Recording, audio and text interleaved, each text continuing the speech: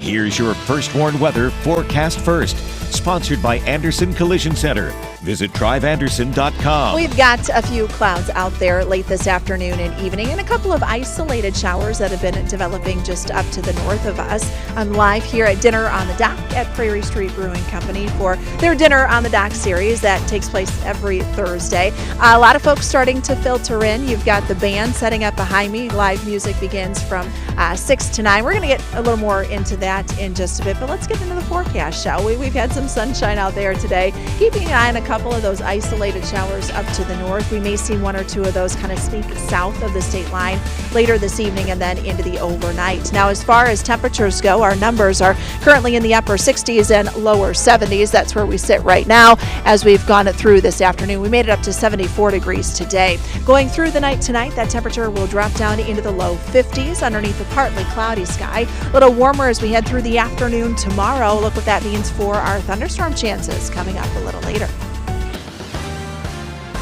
A Rockford man faces several charges, including armed robbery. Police say he held up a local post office. Plus, a new state bill has passed the General Assembly, how it would impact gun owners if signed into law.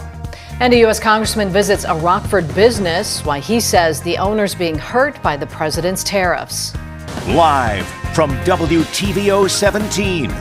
This is Eyewitness News at 5. Good evening, I'm Mimi Murphy. And I'm Wendell Edwards. We thank you for being here. Tonight at 5, a 58-year-old man facing charges tonight after police say he robbed a Rockford post office. Police arrested Anthony Johnson yesterday after officers raided his home. He's charged with multiple offenses, including armed robbery. Authorities say Johnson entered the U.S. Post Office on Broadway Tuesday afternoon with a handgun, demanded cash from the clerk, and ran off. He was booked into the Winnebago County Jail. We have an update tonight on a Rockford house fire we told you about earlier this week. We now know 2 pets were killed in that fire. Shortly before noon Wednesday, Winnebago fire crews arrived to a home on West State, and that's near the Gold Star Motel, to find heavy smoke coming from inside. The fire was mostly contained in one room, but one person was taken to the hospital for injuries. But authorities are telling us tonight 2 cats were killed in that fire. Over a dozen fire and rescue agencies assistant when pursued on the scene. The fire is still under investigation. Governor Pritzker honored law enforcement officers from across the state today, including one Rockford police officer who lost his canine partner in the line of duty. We honor the bravery of Canine Nix and the courage of Officer Vargas, whose actions embody the highest standards of law enforcement. Officer Jonathan Vargas, please step forward to receive the Medal of Honor. RPD officer Jonathan Vargas and Canine Nix were honored for their dedication to protecting the community. Back in January 2024, Canine Nix was shot and killed while chasing down a suspect. Several law enforcement officials from DeKalb were also honored today. DeKalb Police Sergeant Kuente Mallet was recognized for helping release a hostage and ending a dangerous standoff last October. The next day, Officer Brian Ballo and Chief David Beard were recognized for responding to a car dealership stabbing in October. DeKalb County Sheriff's Deputy Christina Mussel was also honored for her commitment to public service. She was hit and killed by a driver last March. Tonight, a Senate bill known as the Safe Gun Storage Act is now on the governor's desk to be signed into law. It would fine gun owners for not properly locking up their firearms. Eyewitness News reporter Tyler Sorensen talked to a lawmaker against the new bill and one man who helped champion it. Tyler, what did you find out? Yeah, Mimi, Wendell, that man is with Moms Demand Action. And while he says he hears the concern, he says that statistics don't lie and hopes that this will prevent accidental deaths. The bill has new rules for storing guns in homes where children and at-risk people are present. Gun owners could be fined anywhere from $500 up to $10,000 if the weapons are not securely stored. Local Representative John Cabello believes that this criminalizes local gun owners, but the group Mom Demand Action says this bill focuses on the irresponsible version of gun owners. I hear the pushback from the other side because the other side thinks that, oh, we're just coming after law-abiding citizens. And no, we're not. We're coming after people that are criminals, that are irresponsible with their guns. Now, critics to the bill say they plan to challenge the constitutionality of the proposal in court if it is signed into law. Mimi? All right, thanks, Tyler. A U.S. representative from Illinois made a visit to the state line as part of what he calls his Trump tariff tour. Representative Krishnamoorthi visited Miles Craft in Rockford today. It's a family-owned business that designs power tool accessories and woodworking tools. All of its products, though, imported from overseas, but recent federal tariffs on foreign goods has hurt the business, according to this rep. Representative Krishnamoorthi says he believes some tariffs are fine, but blanket tariffs can hurt companies like Miles Craft. When you apply tariffs to everything, regardless of whether they're tennis shoes or whether they're solar panels, basically all that does is it hikes prices for everyone. Not only that, but when you hike it to 145%, which is what happened, you effectively have an embargo. You can't sell anything. Again, this representative is on his tariffs tour. Representative Krishnamoorthi is running for Senate following Senator Dick Durbin's retirement announcement. He's being challenged, though, by Illinois Lieutenant Governor Juliana Stratton and Representative Robin Kelly. The Greater Rockford Airport Authority Board of Commissioners welcomes a new board chairman. Mike Shabosky will replace Paul Cicero as the chair. Cicero will take on the role of board treasurer. These changes will be effective starting June 1st. Cicero served as board chairman for 12 years. During his tenure, RFD's made numerous expansions, including being named the fastest growing cargo airport in the world and the addition of the Amazon Air Hub. Lifescape Community Services is partnering with Home Depot with the goal of supporting area senior citizens. Volunteers work with store associates to create garden boxes for seniors. They picked out flowers and vegetables and planted them at the clients' homes. Lifescape's volunteer director says this project helps promote independent living and increasing the quality of life for seniors. Being proud, being independent, that they can grow something that they might not be able to do. You know, their yard might not have this space, or, you know, they physically can't manage a huge garden. So we are able to do this then with the Home Depot help, and I love that. Funding for this program comes from a grant from Home Depot. More people are looking to hit the water as boating season gets underway. When we come back, what the Winnebago County Sheriff has to say to make sure boaters are safe this summer.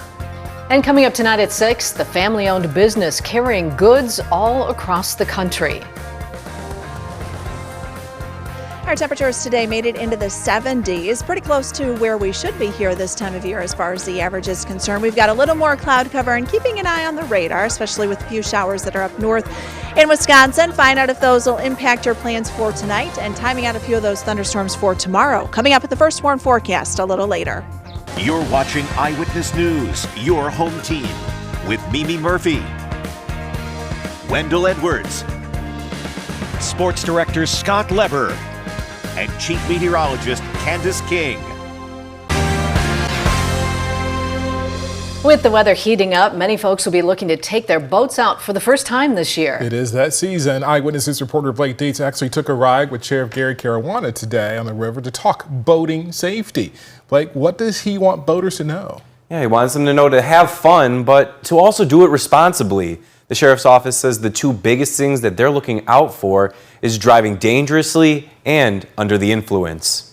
Unseasonably cool weather has kept most boaters at bay, but forecasts say that's about to change. The weekend after Memorial Day is a good indicator that, you know, summer looks like it's going to be nice weather and people are going to be out here. Some of the things I want to make sure that they do is that we're going to have boats out here. The Winnebago County Sheriff's Office says they want you to brush up on common sense laws before heading out onto the water this season. We got to make sure that there's an orange flag on the back if they are being towed. That's very vital. We want to make sure, again, I said the sobriety, and I'm going to continue to say that, of the, the driver. One of the most important safety laws in Illinois to follow is for every person on board to have a Coast Guard approved life jacket like this available to them before leaving the dock.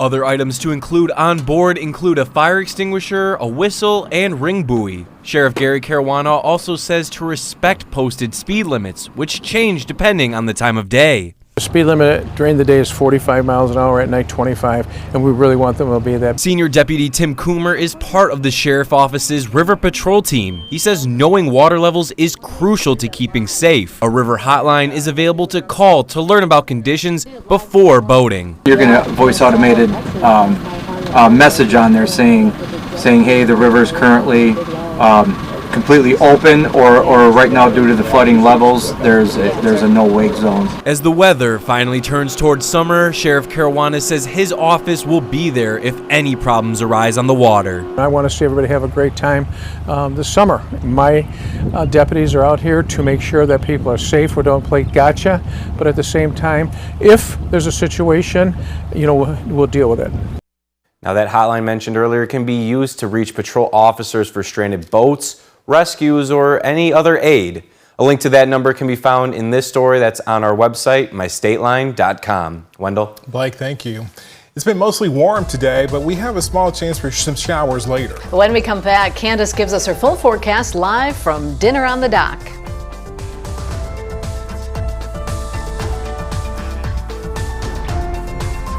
Now, your First Warn weather forecast from Chief Meteorologist Candace King.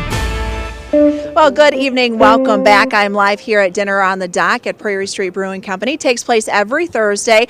Started a couple weeks ago and will run straight through summer. And every night they've got good food, good music, and of course a good time. And I think someone who is going to be providing some good music here for us tonight, I have Ernie Hendrickson with the Ernie Hendrickson Band. You guys are going to be performing here this evening. First off, thank you so much for taking some time to talk to me here tonight. My pleasure. Yeah. Thanks for taking the time to talk to me. Well, absolutely. Now, for those, I know you said you kind of got started, you're here from Rockford and from the area, but for those who maybe don't know what kind of music you guys play or kind of where your roots are, talk a little bit about that. Well, I would say the best descriptor would be the Americana genre, Sure. which basically is, they used to kind of call it folk rock. I'm a singer-songwriter, so I write songs, and the best place to put them, I think, is in like the roots music genre, and then these guys decorate it up beautifully because they're all masters of what they do. So how long have you guys been doing this? How long have you been playing? I mean, I've been doing it, I feel like, ever since I was born. Started early, right? We used to put on concerts in my basement, my parents' basement, when I was, 12 years old. So nothing has really changed that much for me. Yeah. But this group, I grew up in Rockford, and this group started playing, I would say, in the middle 2000s. Okay. That's when I kind of met Pete and Brian, and we've made several albums now, and so we have a good familiarity and comfort with each other at this point. Well, good. You got to have that, right? Yeah. When you've got a band. Well, thank you so much for taking some time here. I am looking forward to listening to you guys here. So you start at 6? That's right. And you run until 9? 9 p.m. 9 p.m. Come on down. Yeah, come on down. The weather should be nice. And I know you said you don't know that much about the forecast. You won't be able to get the forecast, but I got that for you. That's right. I'm looking at these clouds. I can't tell you a whole lot. One of those things, right? Well, we have got pretty nice night in store. We are keeping an eye on a couple of showers out there this evening. Let's take a live look with our Mercy House Skytrack camera on top of the Supply Corps building, and this brought to us by Window World, overlooking the Rock River here this evening. Now, as I mentioned, we've got temperatures that have been in the upper 60s and lower 70s here for us this evening, and that will drop those numbers down into the low 50s for tonight. Now, I mentioned a couple of showers, and yeah, we're keeping an eye on some of those skies, but really not much of that having too much of an impact here for us this evening. But there may still be an isolated shower or two that develops just kind of through sunset, so we'll keep an eye on that. Temperatures right now in the upper 60s and low 70s. Tonight, that number will drop down to about 50 degrees here for the overnight. Partly cloudy skies can be expected tonight. Same thing for tomorrow too, but we'll keep an eye on our thunderstorm chance for an isolated severe storm or two, as we have a marginal risk for an isolated storm there across parts of northern Illinois and southern Wisconsin. I think primarily along and east of I-39, and that'll be with a cold front that passes in during the day, so our storm chance may somewhat increase after about 3-4 o'clock. We can see some of those beginning to roll in there, especially as we near towards the 5-6 o'clock time frame. So if you've got any outdoor plans for tomorrow, just make sure you're keeping an eye on that. That front will pass to the east of us here as we head back out into Saturday, and that will dry out our skies. Temperatures, we'll get to that 7-day forecast at the end here. Temperatures will be in the 70s on Saturday, upper 70s Sunday, and then guys, we're looking at the 80s as we head into next week. May see a better chance for some thunderstorms there by the time we get into the middle of next week. Thank you, Candace. Scott's in next with sports. He'll tell us about Boylan's new boys basketball coach, the alumni hired to replace former coach Brett McAllister. Now sports with sports director Scott Lever. Boylan High School is staying in the Boylan family with its new head boys basketball coach. They have hired Boylan graduate Luke Weber. Weber spent the past few seasons as an assistant coach on Tom Goosey's coaching staff at Rockford Lutheran. He previously had been an assistant coach at Boylan. Weber graduated from Boylan in 2009, where he played basketball, as did his older brothers Matt and Andrew. All three played under Boylan's legendary coach Steve Gores. Weber also has coaching experience at Concordia University. He takes over for Brett McAllister. McAllister resigned after this past season to free up more time for his family. Caleb Williams got more reps today with the Bears as their voluntary OTA workouts continued. He has a clear mind now after clearing the air with reporters yesterday that he is happy to be a Bear. He was honest when he said that before the draft last year, he did have reservations about becoming a Bear because of the Bears' poor history of developing quarterbacks. I love being here. I love my teammates. I love all the people that got me here, family, friends, Ryan, Kevin, all those things, like I said, were thoughts. But the main goal and the main objective of being here is to turn around. That's why I was selected number 1. Well, Jordan Love is also getting OTA work in this week with the rest of the Packers. For Love, the upcoming season is all about being more consistent, and part of that is developing more chemistry with his receivers. Love says they're coming along. We got a great group of guys. They all know what the main objective is that we're trying to get done here, and they know they're going to get those ops that are going to come their way. Some days, some guys might catch more passes than the other guys. It just might be the way it is. It's all at the end of the day predicated on what the defense is doing to try and stop our offense. And while we're talking football, let's get some NIU football in here too. The Huskies have announced the start times for 6 of their games this fall. Their season opener at home against Holy Cross on Saturday, August 30th will be at 2:30. There's been one change on their schedule. Their second game at Maryland has been moved from a Saturday to Friday night, September the 5th. That game will kick off at 6:30 and it will be shown on the Big Ten Network. That's sports. We'll be right back. Well, our first morning interactive radar brought to us by Rockford Glass and More. Keeping an eye on a couple of those showers up to the north, but not a whole lot here over northern Illinois. We may still see an isolated shower through about sunset. After that, things will be pretty quiet. Temperatures tonight down around 50. Your 7-day forecast shows those numbers tomorrow right around 79. We'll keep an eye on the radar tomorrow afternoon for an isolated, perhaps strong to severe thunderstorm. That would be after 3, 4 o'clock, and that threat would last through about 9, 10 o'clock. Hail and wind would be our biggest concern if we do see a storm reach severe limits, and then 80s heading into next week. Thank you, Candace. And thanks for watching. We'll see you at 6.